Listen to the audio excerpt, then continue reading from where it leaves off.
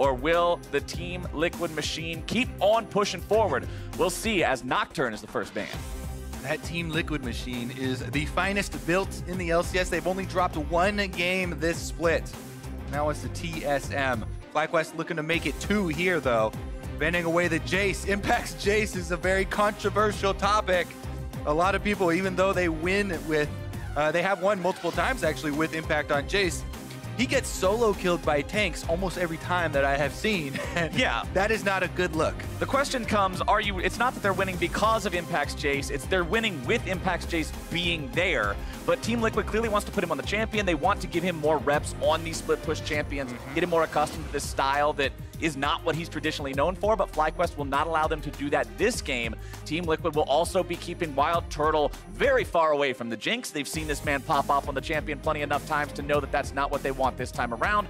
Rise also banned out along with the Galio. I think that really is a wise decision on the part of Team Liquid. Wild Turtle and JJ, I think, have been the kind of new, undiscovered bottom lane here. They have absolutely dominated. They've got great laning stats. They've even gotten quite a few 2v2 kills. I think a lot of teams have been sleeping on this bottom lane. Double up to Core JJ, though, still the #1 duo here in the LCS, and they're going to throw a ban his way. Speaking of sleeping, Jensen is talking about spicy new picks on Twitter, and instead I get a LeBlanc. A little bit of misdirection, they call that, Yeah. Captain Flowers. Bamboozling is what I call it. She's a magician. You look over here at the spicy pick. Aha, I'm back here. I was over here with my meta choice. But the Riven was teased on the side of FlyQuest. We know Viper's been known to play it. Don't worry, audience. There's a significant chance he still might do it. We've seen the man pop off plenty of times before, but the Braum is a very high priority choice in many games these days, so not surprised to see them go with that instead. Yeah, you don't really want to be blind picking a lot of this stuff. Braum, very much of a blind pickable bottom laner. Super safe, can go offensive or defensive with the lanes. And here we go. That looks like a Poe Belter Corki for the mid lane. Oh, baby. That is just a huge damage potential. Now, oftentimes we have seen this matchup. Corki pick into the LeBlanc. Sometimes the Corki will take barrier or heal, some sort of defensive summoner. It used to be Exhaust. Exhaust definitely way less powerful now, but the general idea is always that you pop your defensive summoner when she comes in to all in you. You can get off your damage when she tries to return. Also, we often see Corki go for a Hex Drinker. Early on, the champion likes to rush Trinity Force in most matchups, but against something like LeBlanc, Hex Drinker does an amazing job at preventing her from being able to snowball an early lead, and considering you're one of the few champions that can really build it very effectively, while still also being an AP threat, feels good, man. Team Liquid, though. Giving me flashbacks to Worlds. Oh. Spice. Nice. Crocodile? All right, we'll take the I will come on this journey with you, Captain Flowers. Okay. Take me away to the spicy crocodile the journey. Spice Nice Crocodile Land. It's a great place. Well, that place ends with a Vayne for double lift yet again. People are very happy to see him on this champion. His mechanics have always been so strong, and this champion is set up to really make use of those. If you are a pilot that is worthy, as Ruler said from the LCK, then Vayne is a very powerful pick right now. However, Vayne has to worry about the lane phase and being punished in that lane phase. Continue, Mr. I got some Skarner. stuff to talk about today, my friend. I got some stuff to talk about. Skarner recently received some buffs. Preach! That I may or may not have had a hand in helping make reality.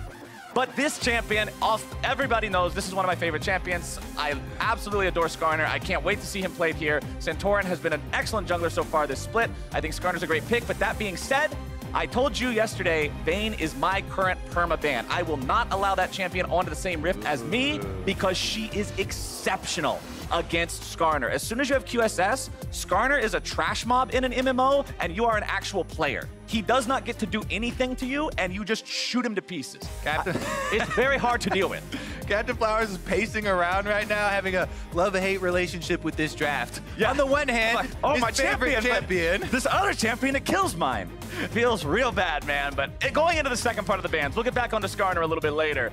But the Thresh and the Vladimir are going to be the bans going into this second half here, as Team Liquid does want to remove one of those solo laners that can take Vayne down, even through all that invisibility she gets through Final Hour. Yeah, and I really actually do kind of see the positives here for a Skarner-Rek'Sai matchup. Since you got such a big increase on the range of your Spires, Skarner is a very strong duelist, actually, which people don't expect. Rek'Sai. Yeah, once you're on the Spire, you can smack her around, and it's actually very, very strong. You get your stun down, you can have your teammates join very quickly. So the Rek'Sai, she needs to be very, very intelligent about her gank paths. And luckily for Rek'Sai, she has the mobility to do that. It's all about, can Xmithie find a lot of these pathways, you know, over behind the tri-brush, flashing in, coming from behind the solo laners, coming from behind the bottom lane. And tracking the enemy jungler is also very important, because if you just go into a 1v1 fight, the Skarner has so many stats with the attack speed buff that you get on the Spire that it becomes difficult to duel. Fun fact for everybody who doesn't know, which is most people, Skarner's Spire at level 18 gives Skarner 140% attack speed and gives him around 40-something even at level 1. The champion's an incredible duelist when you fight him on the points, and with the Spires being so much larger now, that area of effect is just, it means you're almost always going to be fighting him on those if you're contesting some sort of a camp or anything, since they reach all the camps now. But it's up to FlyQuest to pick their AD carry after the second bans go through. They are going to put Turtle on that Ezreal, and when you have Ezreal and Corki together, Kobe, you have some poke. You definitely have poke. The rocket as well as the Q's, Mystic shots from Ezreal can land and find some significant damage. There's no tank on this Team Liquid team that they're showing right now. Impact has yet to lock in his last champion, though, and I kind of expect it to be a tank on the top side. That is not a tank, my friend, and there would be nobody to stand in front and take poke damage. We did see yesterday on display the LeBlanc combos can be used as poke damage, but if you do that too close to a Skarner, you get flash ultimated, and if you get locked down, then you can get killed very quickly. So if Impact does go with this Kennen on the top side, it's more of a split map here from Team Liquid, looking to pressure multiple lanes. Now, I hate the champions picked by the side of Team Liquid against the Skarner. Very because conflicted time for you. Yeah, if you look at these champions, every single one of these is a fine pull in a 5 versus 5 to start things off and immediately burst them down and blow them up. None of these are a big, high-quality meatball, but at the same time, you can never get near LeBlanc if she has her chain or her distortion up. You just automatically can't. Again, trash mob style MMO gameplay. Vayne, same thing. Can't get near her, absolutely nothing you can do about it. If you pull Kennen and he has time to press R first, you actually initiate for him, and it feels really bad. So it's up to Santorin to make really good decisions and find creative paths around these guys and make really good use of his flash. This is the type of game where Skarner without flash and Skarner with flash are two completely different champions. Yeah, I also think a lot will be determined in this early game.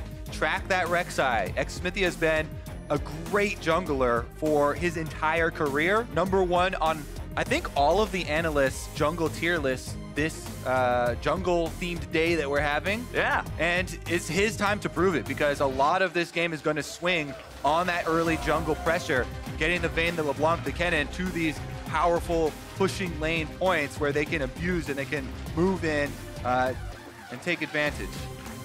Being said, if you fall behind, if they aren't able to get themselves ahead with this composition, I mean, Vayne's a champion that doesn't really have any wave clear at all. I'm going up against a Corki and an Ezreal that are constantly going to be able to pressure her as she tries to farm. You get set behind, you're going to stay there a while. Yeah, Corki and Ezreal, if they're allowed to scale up, the rockets, the mystic shots come firing through when they siege up with Skarner and Braum in front of them. It's very difficult to make use of a lot of these abilities.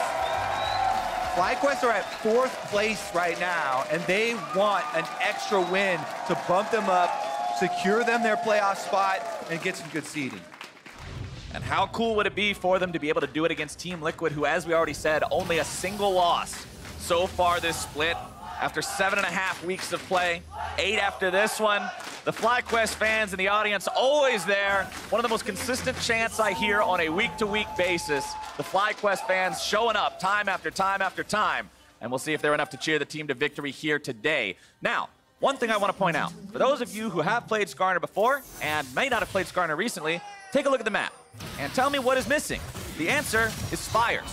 One of the recent Skarner changes was the fact that the Spires are no longer on the minimap. What this means is when you invade the enemy jungle, or vice versa, when they invade you and capture the Spire, somebody who's paying attention will no longer be able to immediately tell where an enemy player is just because the Spire was taken. This is huge because it allows Skarner to more effectively counter jungle. It allows him to move through the enemy jungle and set up advantageous fights without immediately pinging and saying, hey, come kill me, bros.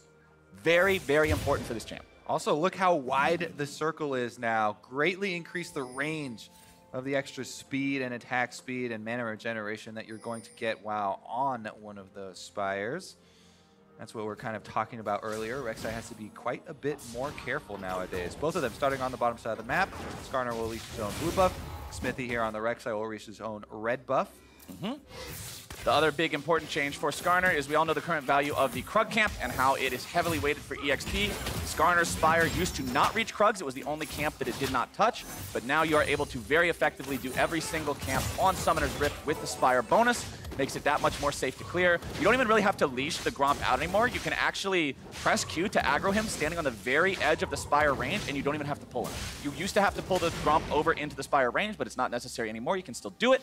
And then boom, look at all this area you have to kill the crabs. You got the entire river. The world is your oyster. Santorin feeling pretty good about those changes. Meanwhile, like Smithy did go for the red into Krug's clear. I don't believe they saw Skarner quite yet on their Scuttle Crab ward, but he's going to go find out firsthand that he's too late. Yep, Scuttle Crab already taken. And a reminder to you guys viewing at home, tag your post with hashtag HowILCS so that we can see how you are watching this match. The Skarner versus the Rek'Sai, the FlyQuest versus Team Liquid. Share your stories and tag at LOL Esports along with that hashtag HowILCS. And we'll see if we can find all of those stashed throughout your posts here today. Santorin moving into the top side of his jungle now, as Smithy will clear out that Scuttle Crab on the top side, make sure he doesn't get too crabbed. Yeah. Definitely don't want to get too crabbed early on, especially with an early game jungler like Rek'Sai here. Smithy does get the second one and is looking at a possible invade here. Santorin is low, starting up the red buff. Now, I said Skarner bops Rek'Sai, and that is true if you fight her on the point and you don't have 200 HP. But Santorin's really low health. I would not take this fight against the Rek'Sai at this point in time. Xmithy moving in, going to steal this one away. And Xmithy does a good job there, grabbing that red buff. Skarner, a champion that already doesn't have the greatest early ganks, considering his mobility is very limited. Taking away the red buff will do a good job of keeping him down early. Interesting as well. They pinged the Krugs because Santorin thinks that Xmithy is going to go to the Krug camp and continue to counter jungle him. That's why he's going across to his Raptor camp, but Xmithy is actually expecting this. He doesn't go to the enemy Krugs, he goes to his Raptor through the red and he finds Santorin! There's no Spire here for the Skarner. You cannot fight without a Spire. Rip Little Scorpion, I will see you later. It's first blood over to Team Liquid. That is some big brain jungling from Xmithy, #1 on the analyst tier list. And he is able to play the mind games one step ahead. You think I'm going for the counter jungle on your Krugs? That's where FlyQuest throw down the ping, but it is not where he shows up. Very good job there making this punish happen, and you can see the tremor sense letting him know. Yep, able to get in there. Just to add a little bit more insult to that injury, didn't get the large chicken smite a little bit early. Smithy's able to unburrow for the last little bit of damage there, and that is such a big booster to this early game we were going to be tracking so heavily. Yeah, that's the thinking man's face. It's like, I've been had. That's well also, played, sir, well played. Brings me back to the old days of jungling. Yeah, that's also back to the old days of Skarner and how you had to counter jungle before the recent changes because you couldn't take the Spire without giving away your position. These days, Santorin can actually take the Spire and not immediately ping that he's there, but he wasn't able to do that. He felt like he needed to rush and take the chicken camp. Xmithy was still fast enough to stop him, and because a Skarner without a Spire is just a poor little slow scorpion trying to crawl around and find his way in a cruel world, the world was too cruel today. Cuts him off at the chicken camp, and that means Xmithy is off to a wonderful start here on this Rek'Sai. 2 long swords, plus the chilling smite and inventory, makes him very scary. Nothing like a scary void monster coming over the back of that chicken coop and surprising you to ruin your day. The stuff of nightmares early on, but Santorin, I like the fact that he didn't use his flash trying to get away there. He recognized he was dead to rights. There was no way out, even if he got away to the blast cone. You saw Core JJ's Rakan rotating around to the exit point that he would have tried to take. So that means that Santorin will still have the Flash plus Predator available to try to make future ganks happen. And Predator is so big for Skarner. All right, here we go, though. Smithy out of out of teammates, but still is able to get it. Even without the mid laner, Xmithie enough damage to burst that crab down before Pobelter and Santorin converge. Is able to pull it off. That is quite substantial, as now the mid laners with desynced recalls. We already have Jensen here on the LeBlanc back in lane with the item purchase. And there you go. You're looking for the early Hex Drinker. That's what Corki's going to get. Pobelter, since he went teleport, needs the extra shield. He doesn't have the barrier for that extra defense, and he's going to have that lifeline coming through. Yep, Fleet Footwork plus Corrupting Potion will make it so it's very hard for Jensen to whittle him away over time, and Hex Drinker means the instant burst isn't going to be that much of a factor here either. Xmithie over the wall here with the tunnel, looking to find the knock-up. JJ going to be taking some damage there anyway, having a flash back to keep himself safe. Xmithie doing a good job popping some summoners here in the bottom lane. Even though Wild Turtle does get a sly sack of gold out of that gank, a lot of damage onto JJ. That's going to make them play much more defensively. Viper takes a few autos back on the way out. Checking back in here on impact on the cannon. You want to make use of your range of your Klepto. Try and bully, get those autos down. Got a sly sack of gold for himself. And try and push that Aatrox as far off the wave to miss CS as you can. Xmithie trying to steal away this blue buff, donated over to Jensen. There you go. Blanc will pick that one up. Easy peasy. 1, 2, 3-zy. Xmithie getting close to level 6 here on this Rek'Sai, having that powerful execution that you can no longer escape as easily as you could in the past. Going back to his own red now as Santorin shows up. You can see the question mark ping coming down from the side of FlyQuest onto their own blue, saying, it's gone. That sucks, but there's nothing we can do about it. That means Pobelter will be at a disadvantage, clearing the waves away here in the mid lane. Wow, Santorin is himself close to that level 6, and once you've got your Predator and your level 6, that's where you're looking for your first meaningful moments in the game. And that flash, don't forget how powerful that's going to be this game. I said this is the type of game where flash and no flash Skarner is an entirely different situation. I still stand by it. Being able to actually get on top of a Vayne or a LeBlanc is going to be nigh impossible without that extra tool available. Santorin still needing some more EXP, though, about halfway towards level 6, a little bit past that mark, so should be able to get it here in 2 camps. Wolves are going to be the mark. As Xmithie is level 6, considering Santorin's only level 5, you better stay the hell away from him in a 1v1. He's going to see some pings Sees here. the Tremors over the wall, tries to go for the tunnel, forces Santorin away, but Santorin did get level 6 off of just the Wolf Camp alone, so that means he would be ready. Xmithie can't push forward any further. And Team Liquid actually not chipping away at a lot of these plates on the turrets. And the top side, Impact pushed the wave in and he backed off, so... Oh, that was yes, so he close. did. That was stolen away by Wild Turtle with a very nice true shot barrage. Wild Turtle. This just reminds me of his days of old with the Jinx play, Rocket stealing Elder Dragon, stealing Baron. He has been so good at timing long-range skill shots on so many different marksmen for so long. It's actually a play I really do associate with him. As soon as I looked over, I was like, oh yeah, that's Turtle on Ezreal. Like, oh boy. He's still got it. Pobelter also currently having the package on Corki. Remember, whenever we see this champion, you have to keep track of this. The ability is so very powerful. It's like an additional summoner spell. Whenever you see those rockets glowing on the undercarriage of his spaceship. Now that would be a sick summoner spell. The package? You just get to take that into every game? I would take that sucker every time. As a Skarner, I would definitely take it. Forget Smite, I don't need that anymore. You can secure your own objectives. But top side, it's Impact forcing the fight here onto Viper, dropping the Slicing Maelstrom. World Ender going to be used there to make sure Viper gets away. Impact gets the better of the trade, though. All right, let's circulate that petition. Get the package summoner spell sorted out for us, because I feel like that will be a popular one. People would love that. We can have different skins for it and everything, different colors. Yeah, so like you can have a blue fire package and a yellow fire package and a normal fire package, just in case you want to chill. Meanwhile, we're talking about plates. Impact finally going to be able to cash in, uses the ultimate, goes all in on Viper, does push him off, and is able to get first plate for himself. First plate over to Team Liquid, continues to build a gold lead here for themselves, up about 700 compared to FlyQuest, who are falling behind in farm in those solo lanes, about 15 in each one of those, but bottom side is still even between the Vayne and the Ezreal. Both these champions will scale up very well as we get further and further into the game. Ezreal with the double tiers, Vayne being that traditional hard-scaling marksman who now also has a very powerful item spike at just 2 items with Blade of the Ruined King and Rage Blade. Yeah, I'm pretty sure Double's going to get the full completion right now on this back, just sitting on the Vamp Scepter right now. Wild Turtle has been able to complete his Muramana. And Santorin wants to make some use of it down on the bottom side, looking like. This Cloud Drake is under their vision already, so they know nobody's been able to sneak it or anything. Skarner, if you activate that Spire, can very quickly take Dragons, by the way. He's adept at soloing. Capable of soloing. Definitely wants the extra security of the rest of the team coming up. They did have a little bit of a desync recall there, as Jensen, the LeBlanc, is not in the area. Smithy has a pre-existing tunnel into the backside and flash available to go for steal, though. But Pobelter is right there. Smithy going in, looking to maybe force something onto him. Santorin at about half HP, taking the damage from the Cloud Drake. They want to back off, allow this one to reset. Oh, they're getting They'd scared. like to grab the Scuttle Crab first, at least, to maintain control over the area. Team Liquid do a good job forcing FlyQuest away from that objective for now.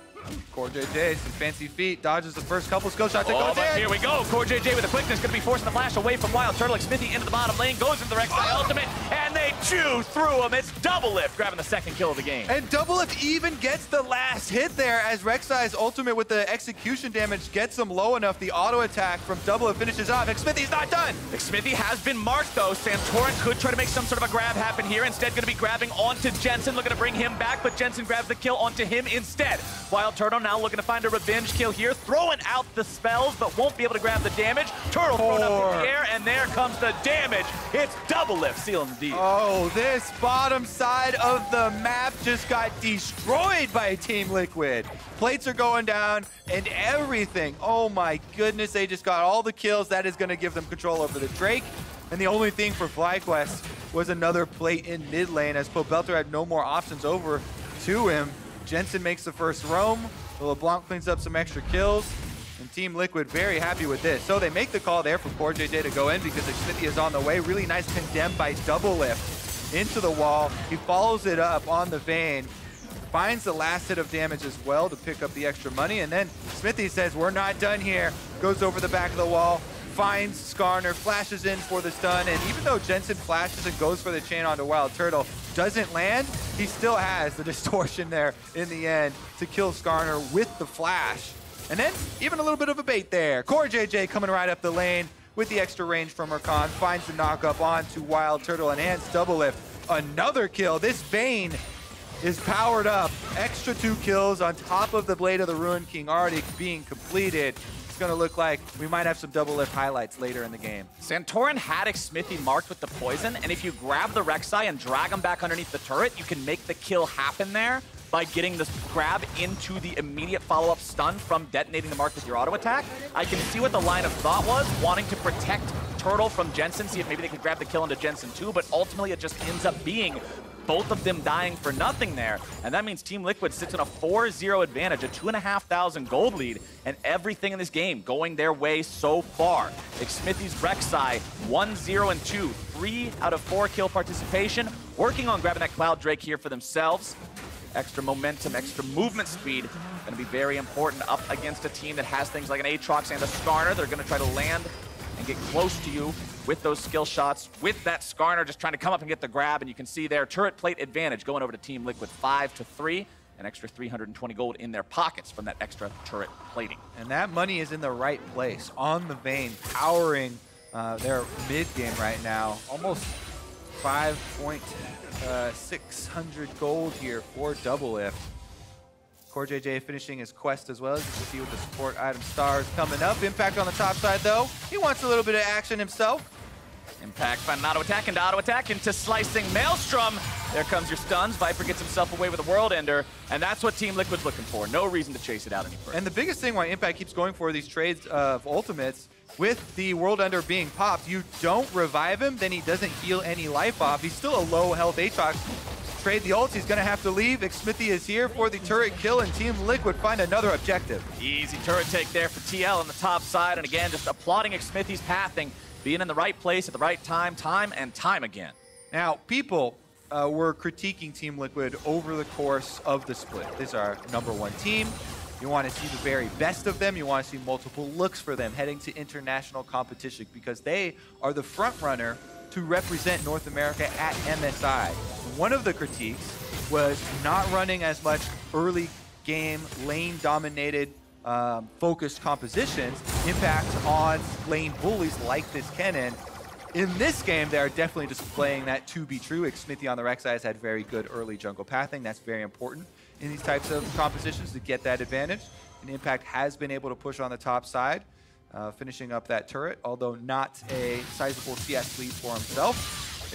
It definitely does bode well for North America's #1 team. Back-to-back split champions last year, and looking to three-peat. And yesterday when we saw Doublelift play the Vayne, his post-game interview, he talked about how the enemy team was really... I got camped no fair. Yeah, pretty much. That was the sentiment, just with a couple different words. But either way, he's off to a much better start this time around. Not the 0-4 scoreline, but the 2-0 here on the Vayne. Blade of the Ruined King, Berserker's Greaves, and another recurve bow already ready to go. Once he gets that Ginsu's Rage Blade, the Vayne will be online. And considering the entirety of the team is sitting at a point right now where they're feeling very good going into this mid-game, they're securing Shelly. Yes, they won't have it in time to grab extra turret plates with it, but they're already far enough ahead. That's not too big of a deal. We'll see where they decide to deploy this one to further push this lead ahead. Bottom side, you can see pings coming out from both sides. Team Liquid pinging the river, pinging the enemy jungle, saying we want to look for a vision here, secure things, but FlyQuest will do everything they can to sweep that out. Yeah, the Rift Herald does go a long way in pushing forward the game state much quicker past these outer turrets, right? You talk about the speed bump coming up against secondary turrets and some teams stalling out, not having enough power to push through those defenses. It can really be the difference maker. Plus, there's an added bonus. Yeah, one of the best feelings is cashing in on plate money with the Rift Herald. You know what the other best feeling is? Having a dance. Dancing Rift Herald at the Nexus. I don't know if they'll be able to pull that one off. It would mean winning in the next 4 minutes, which, although Team Liquid is off to a great start, they still have a lot of distance to cover here. Only one turret still taken throughout this game, only one Drake taken. Pretty slow start for the objectives here this time around on Summoner's Rift. FlyQuest doing everything they can to hold on, keep this game as even as possible moving forward. Still only about 2,000 gold behind. They do have the tools to make things work in these fights, because the other thing that's important to remember, when Skarner's on the map, you've got to pay the QSS tax. If you don't, there's always the possibility of one pull, one fight, one game. If he gets that clutch pull onto a carry, blows them up instantly, you can then win a fight you had no business winning. Over on the side of Team Liquid, everyone has been so comfortably far ahead, they haven't had to worry about QSSs just yet. They're in the driver's seat, things are going well, and what I'm looking at now on Santorin is, can you do a Predator, Flash, R, and make one of those big pulls? Yeah, the window for the opening in this game for him to pull off that play is right now. This is the biggest impact moment before people have been able to purchase the QSSs. Secondary outer turret does go down here, and number 3 is the mid lane. It's where Team Liquid can turn their sights next. Infernal Drake will be here in 22 seconds though, and they already have wards around the dragon. Jensen will just continue farming up here in the mid lane. Has Smithy rotating over towards him. They know that FlyQuest have left the bottom side. With that turret down, FlyQuest looks to maybe make something happen, but there's not really anything to do. You can't just pop Predator and flash at a LeBlanc. She'll dash away. Yeah, he's going to have to choose his target very carefully here. You have to worry about the Condemned from Vayne. You have to worry about the mobility of Rakan as well, disengaging. But with the Spire, they can start up the Drake. Team Liquid will converge. Teleports are ready for Viper and Impact. You want them here quickly. Team Liquid not going to go in for that one. TP does get channeled. We'll see if they're able to force some kind of a fight here. Smithy on the side. Core JJ could try to go in, but doesn't want to go for it just yet. Santorin and FlyQuest do have control over both of the Skarner Spires for this fight. Smithy dropping the Rift Herald now here in the mid lane. FlyQuest does a good job there securing that objective for themselves before Team Liquid is able to punish. But now that Team Liquid has committed the teleport, they're surely going to make a move here for the mid lane turret. Shelly already summoned up. The headbutt won't take it down, but it'll bring it damn close. And the auto attacks coming out from the rest of the team will do it. That's 3 turrets to 0 for TL. Yeah, I feel like that was a really good move for FlyQuest. They had the exact timing here. They finish off the dragon. Team Liquid a little bit slow on the draw with the teleport and making the call to collapse for that dragon. Yes, they did activate their Rift Herald and take the mid tower, but that is one that is almost inevitable. With the charge doing most of the damage, you will be able to get that, and it wasn't really a consequence of giving the dragon over to FlyQuest. So FlyQuest, even though they are in a tough situation here with all their outers opened up, down in the gold lead and down in pressure on the map, they were able to sneak that objective for themselves first. Looking at everything coming online across the map, you can already see Proto Belt plus Void Staff completed for Impact. He sees the Mercury Treads being built on multiple members of the enemy team. He sees the Hex Drinker on the Corki. He wants to make sure that as they continue to build magic resistance against both Impact and Jensen, he's able to penetrate that and have that big team fight effect that he wants to. Also has the stopwatch in inventory to make the stasis happen with that big initiation type of play. Smithy in the bottom side, going to be looking for Viper here. Going for the 1v1 that will quickly become Impact a 1v2 once Impact makes his way in the fight. There comes Smithy. Takes Viper very low. World Ender is not going to be ended, which means Viper hobbles back to base with 20 HP, giving Team Liquid the opportunity to now rotate over towards the mid lane, maybe collapse on FlyQuest here. FlyQuest do grab their first turret of the game, but can they get everybody out safely? Impact going after Wild Turtle, seeing if maybe there's a play to be made, but with JJ nearby, he decides against it. Another quick move here from FlyQuest. I think that's strong move for them to steal away a small objective while Team Liquid are going for a play. Once again, they take the opportunity to counter-punch in mid lane, get that mid-turret money for themselves that they desperately need, while Team Liquid pretty much whiff on that bottom side of the map going after Viper. They do get the Aatrox ultimate down, so there's a small timing window to try and force, but really quick moves here in a defensive manner for FlyQuest have once again gained them a little bit back towards evening up the game. Double lift with the Rage Blade in the board. That's the scary Vayne in the mid game we're talking about. 21 minutes in, the man is online. And as long as he has that Rage Blade stacked up, that means every other auto attack is silver bolts. Doesn't matter how tanky the Skarner or the Braum or the Aatrox feel, that's not going to feel very good. You can see Viper working on what appears to be the Death's Dance here next. Smithy goes over the wall looking for him yet again, realizes World Ender is still not available off of cooldown as Impact continues the split push. All right, Impact getting some more tower damage. That bottom side of the map is very important because this lane is the furthest away from Baron. That is what Team Liquid want to threaten. Mid lane though, Wild Turtle under attack. Speaking of threats, CoreJJ tries to go in, ends up going into the stasis to make sure he doesn't get counterattacked there, but that just means that quickness plus stopwatch on CoreJJ end up getting used there.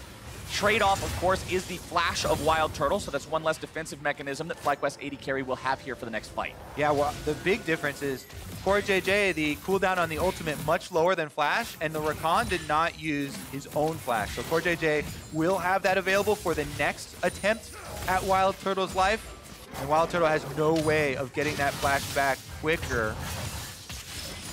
Impact going in, trying to find that damage onto Viper. Nearly gets himself the stun. Not quite grabbing it, as that shocking shuriken didn't find its way onto the intended target. FlyQuest trying to maintain control over this topside river. They don't want to give Team Liquid the opportunity to take a Baron. Belter losing out on a trade there against Jensen, who sneakily just jumps in, finds some quick, cheeky damage. See if he can do it again here. Nope.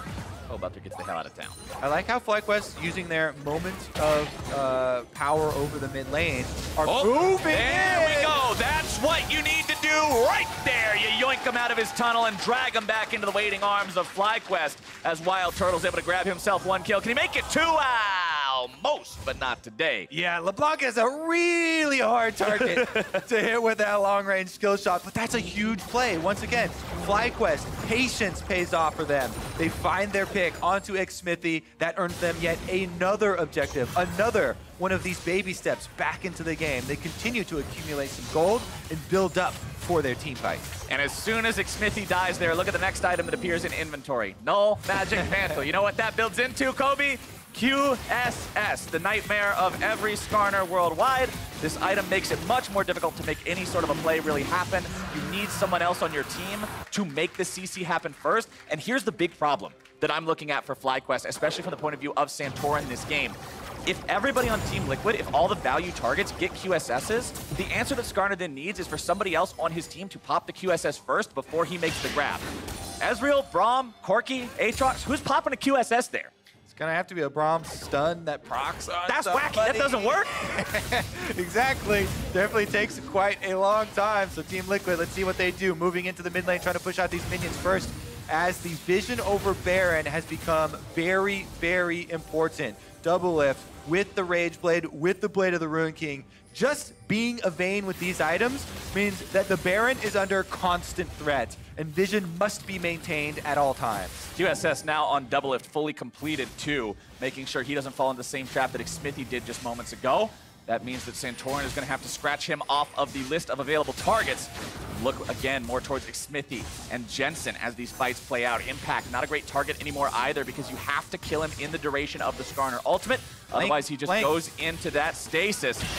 Is Team Liquid going to go for the flank here? See if maybe they can make a play happen with Xmithie. Doesn't look like it just yet. JJ coming around from the side. Team Liquid still looking for the opportunity to pinch this and make it work. Impact continues to apply pressure there in the bottom lane, while the rest of Team Liquid wants to control mid. Good patient play for FlyQuest. You can see how they hugged the top side of the map here. JJ has control wards throughout this blue quadrant of the jungle, and so it's very dangerous for FlyQuest to be on this side. Meanwhile, bottom side, Impact in some danger himself. Viper getting the better of him there. Does take him very low. Impact wanted to go back to base, but should a fight break out, he has the TP also available. JJ going in. Santorin going to be exploded by Jensen. You hate to see a Skarner get kited, huh, Captain Flowers? Oh, it's a special pain in my heart, but it's an even greater pain to FlyQuest, who have lost their jungler, nearly lost their support. Oh, Viper coming in from the side now, though. Xmithie could potentially be in some trouble here. Jensen dashing away over the wall. W8D2 coming in, looking to find the damage. Pobelter grabbed the kill onto JJ. Turtle barely getting himself away. Impact takes out JJ, and Viper will find the shutdown onto W8D2. He's resurrected through the World Ender, but can FlyQuest find anything else? Health bars are low. It's 2 dead on each side. What a bloodbath there, and a few members left standing. Jensen might go for it. Oh, Jensen's able to take him down, but he pays for it with his own life. Another 1-for-1. And both teams are not pulling any punches here today. Yeah, he actually uses his flash to go for that 1v1. Now teleport being channeled. I think they're going to back off in time. Ghost Blade activated for Viper. Just kidding, it is that one. That's the home guard. He made a noise. Darn audio cues. All right, let's take another look here. Predator popped, and this is the kite we're talking about. He's not able to touch JJ, then gets hit back by W8D2. Into the charm from JJ, 100%ed before he gets the use an ability, and that is what a significant amount of Skarner late games actually look like. W8D2 goes for a big chunk on a JJ. Jensen tries to follow up, but they take so much damage, and they're so focused on the dive, they don't see Viper coming in for the flank. He just ran Impact all the way back to base, who's gonna have to teleport back in off of the Rek'Sai tunnel. And then they're going to be in the middle of a team fight here. Wild Turtle does escape over the back of the wall here. Jensen doesn't finish him off in the first place, but Viper does finish off W8D2. Really nice guts there with the auto attack. Be able to take down the very dangerous Vayne. But as you know, they are not done yet. Jensen went over the back of the wall. They traded 1-for-1. JJ pulled back into the team. Santorin finding that target without the QSS. That's a pretty big pull there for FlyQuest. That's Team Liquid's main initiator out of the picture. And FlyQuest have made the call. It's time for Baron. Baron started up. Santorin can tank it very easily. Xmithie around the backside. This guy is known for his smite seals, but they don't have any vision. Jensen trying to get some vision for him. 4,000 health, the control ward goes down, but it gets cleared out by FlyQuest. Now they just play the waiting game. Viper and Pobelter trying to keep everybody away. Baron down to about 4K. Turtle looking to find the kill. Xmithie's out! FlyQuest can likely secure the Baron here for themselves. Impact trying to go in, keep them away from this one if he can. Baron going to be taken down with tower. Taken out! FlyQuest are right back in this game! FlyQuest with 5 members alive will take the Baron. They'll take those kills, and now they will have run of Summoner's Rift. 1 pull, 1 game. This is the rule of Skarner, my friend. It does not matter if it's the support. It does not matter as long as you can make it count. And Santorin, with this pull on the core JJ, starts off this Baron. Wild Turtle goes over the back of the Baron pit, finds the kill onto Xmithie, and that puts Team Liquid in an uncomfortable situation.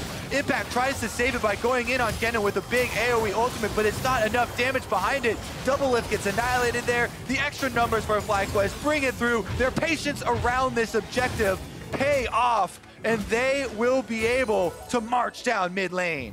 I hope y'all like KDA, because FlyQuest is saying get your dancing shoes ready, Mark, Crumbs, and Dash. Because if they lose this one, they all bet on Team Liquid, and they'll be doing a Pop Stars cover later on this week. We'll see if that plays out. FlyQuest currently commanding over a 4,000 gold lead.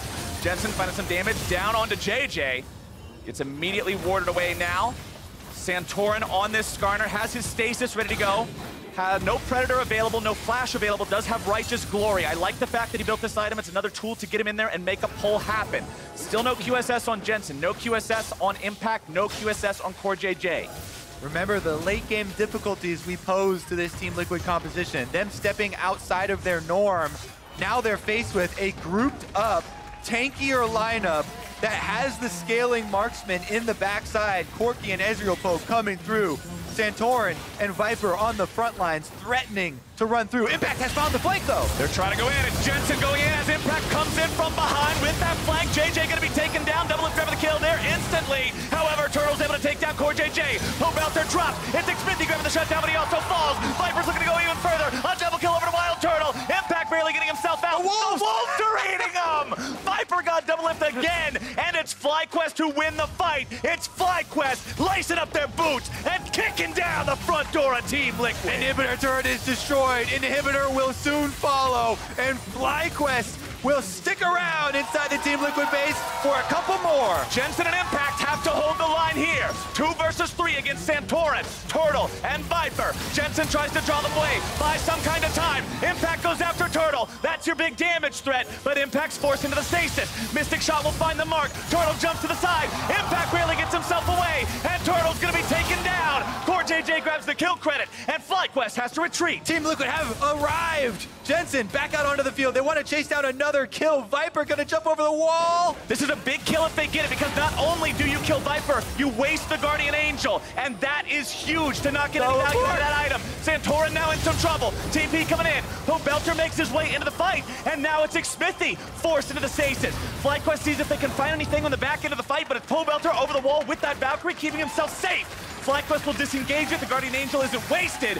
And good Lord, man, this is a game. FlyQuest playing like a team that wants in playoffs. Let's take another look at this. Poe Belter and JJ get flanked on by Impact. Poe Belter does activate the stopwatch early enough to survive a little bit longer. And you see that big chunk he put out on Impact before he gets chased down. Xmithy sacrifices his life to go in to get the kill onto Corki, and Viper comes around. He finishes up 1 kill, then chases off the rest of the Team Liquid members. That allows Santorin and Turtle to turn onto that inhibitor turret. As you know, Team Liquid members start to revive here. Impact with this defense buys so much time for Team Liquid. Even though Turtle dodges the shuriken there, he barely gets into the range. The Guardian and extra shield from CoreJJ allow him to find the kill onto the FlyQuest Ezreal, and Team Liquid chase them out of their base. But FlyQuest, if they get this victory, they will secure their playoff spot, and they know it.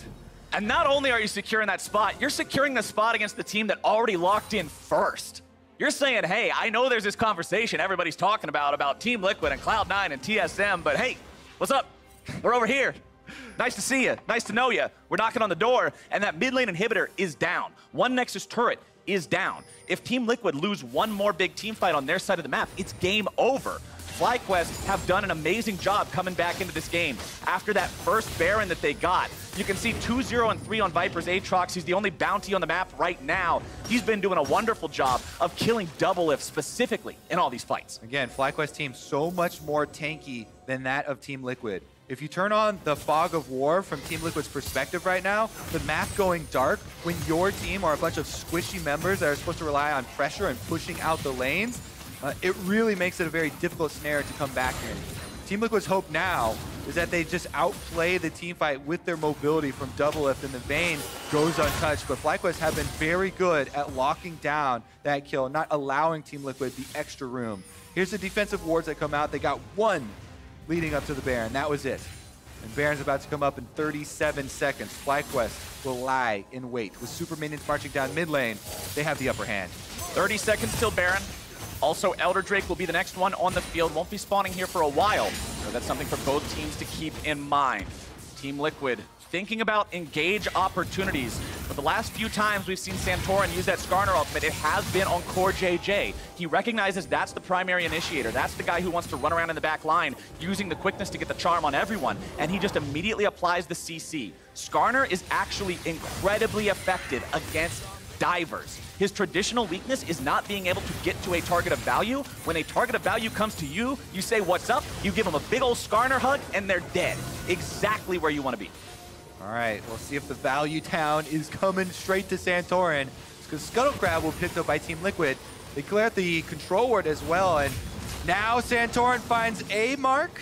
Nope, not gonna get it. Be able to lock him down though. QSS on that guy, doesn't work. If you lock him up with the stun, then that is significant as well. Damage being right behind you. The stun should not be underestimated. That Venom will lock you in place long enough for this late in the game to burst down something like a, oh, never mind, Walter has a package. All right, he gets himself away, but also worth noting for those of you who aspire to play Skarner in solo queue, if there's someone with a QSS and you can land your stun on them, most people do not know that Skarner even has a stun, so they think that you ulted them and they will QSS the stun, and you can immediately ult them afterwards, at which point they will say, "Nice hack, bro," in all chat, and you can laugh at them as you collect your LP. In professional play, they will recognize that it is a stun and it's not quite that easy to pull off, hence why we didn't see Santorin go in after Xmithy there.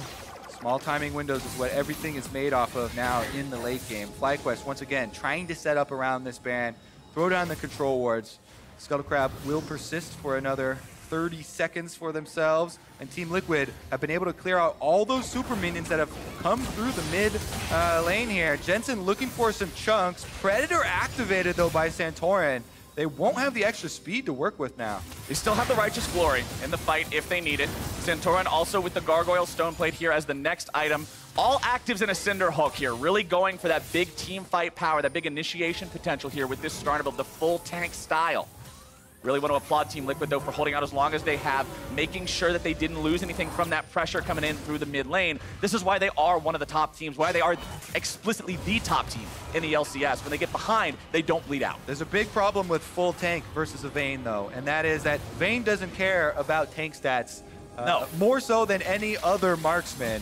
If Doublelift can get off the auto attacks, true damage, percentage, HP damage, all will shred you, even with a stone play active.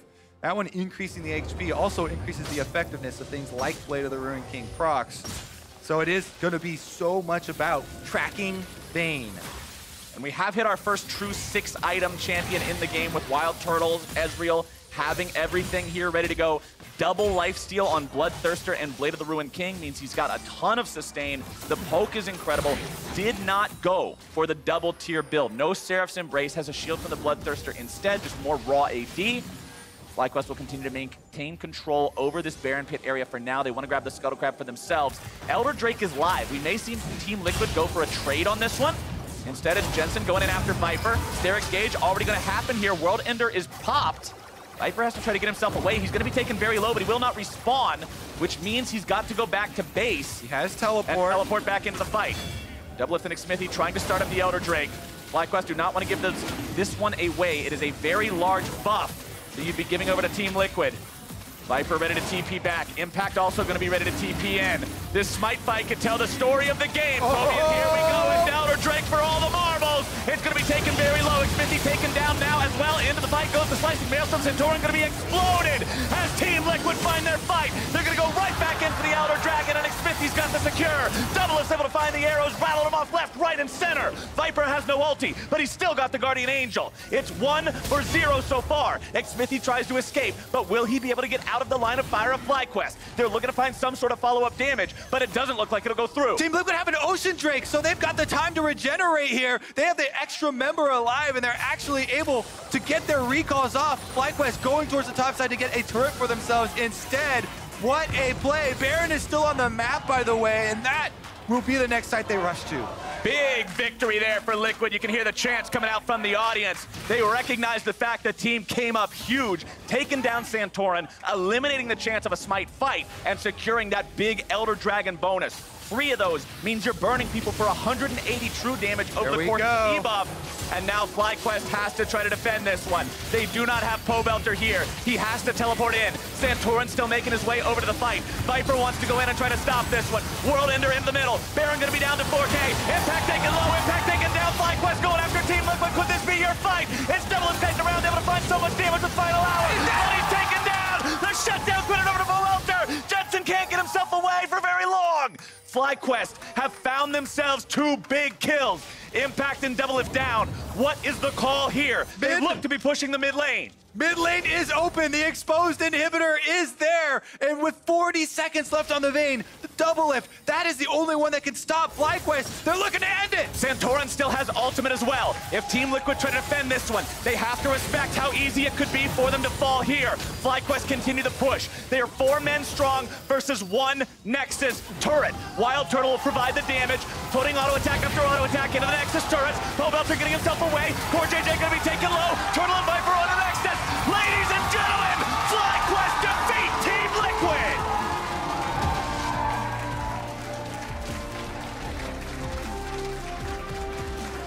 FlyQuest will deliver Team Liquid their second loss of the split.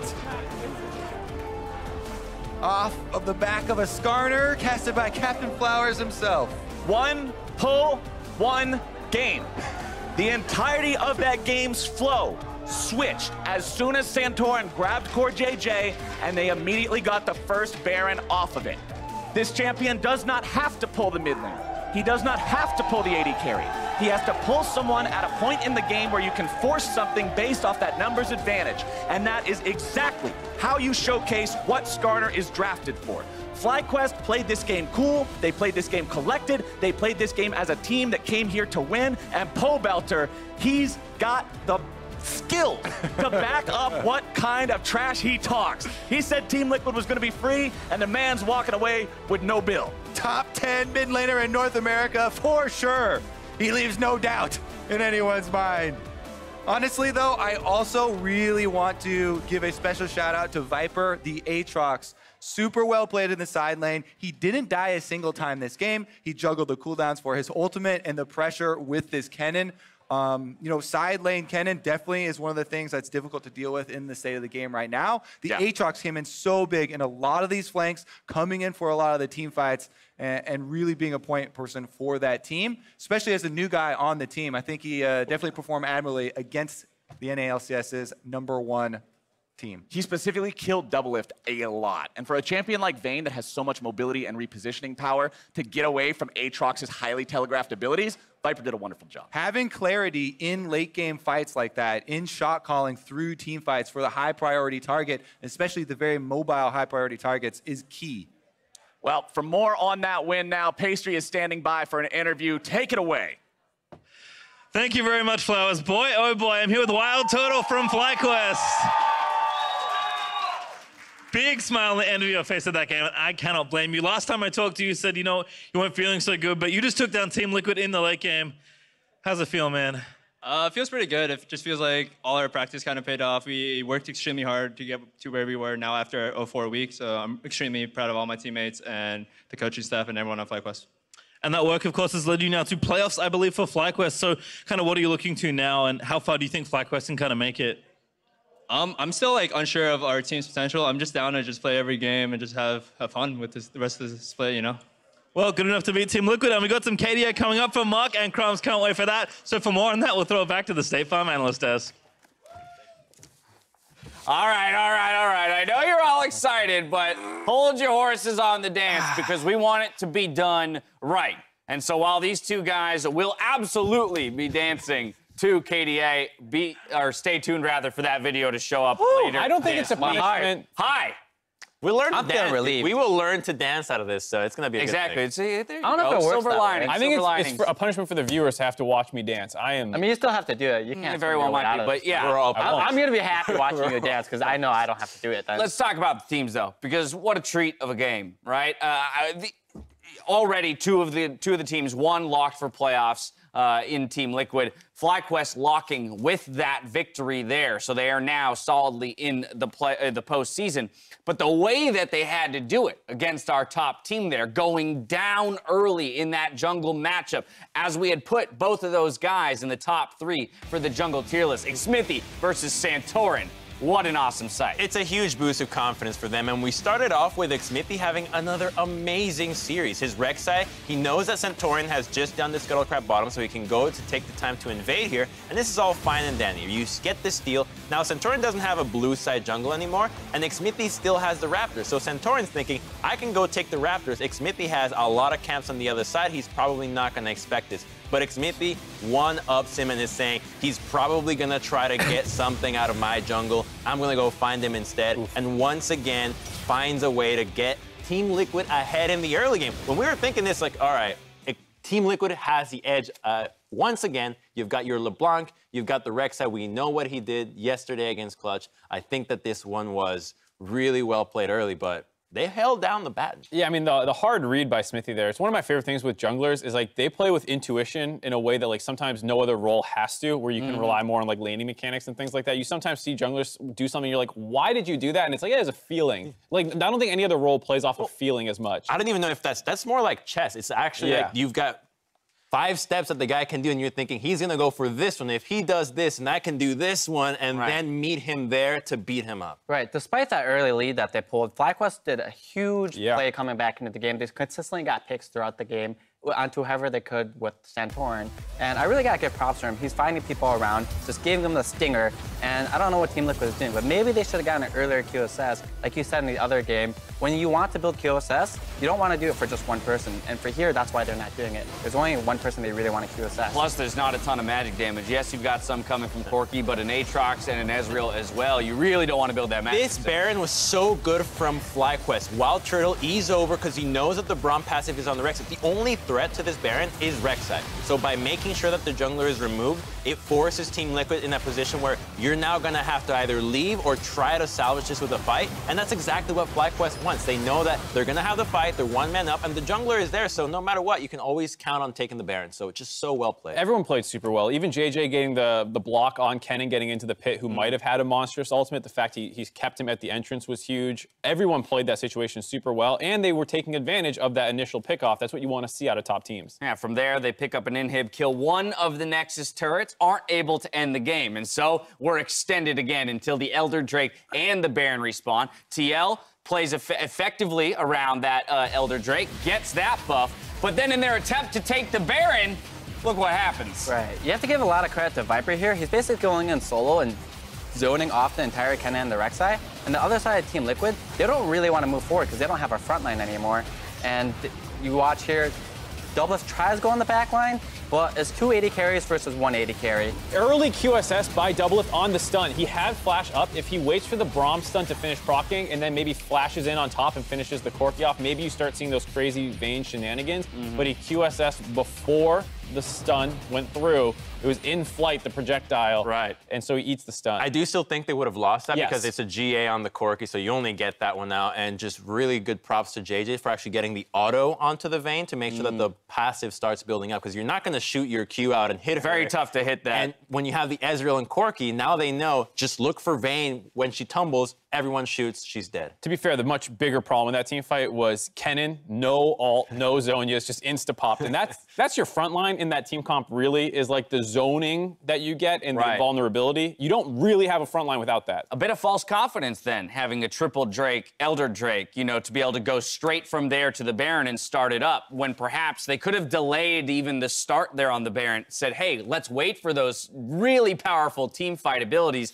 in both the Zhonya's and the Kennen ultimate to make sure that this goes through without a hitch. At the same time, FlyQuest showing a lot of grit in this game to go down the way they did against the best team in the league and to claw back in it in the way that they did, making the right picks and choosing the right team fights.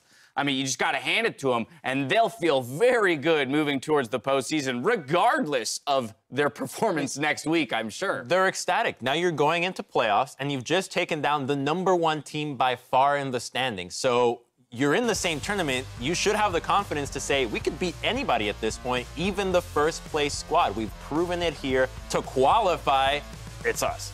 I think they're pretty happy because they made you guys lose the bet. So I'd be pretty ecstatic outside of winning the game. They take down the #1 team, and they get to shut you guys' mouth up. I voted for them. I had full faith the entire time. I swear I was not nervous. I bought their stock. I'm sorry. I was Please not scroll nervous back at through all. your Twitter timeline there, Hi. I bought their That wasn't stock, me. so it was a win-win. Either I'm making high dance or I'm making more Dancing money. is not a punishment, all right? We're going to enjoy it. That's right. I'm looking That's forward the to it. attitude I go. like to see. You saw there on the standings that 100 Thieves is actually officially eliminated from playoffs, and that's because one of the two teams with 6 wins above them in the standings is guaranteed to move to 7, and therefore is uncatchable by 100 Thieves. With that, KDA bet, I promise you that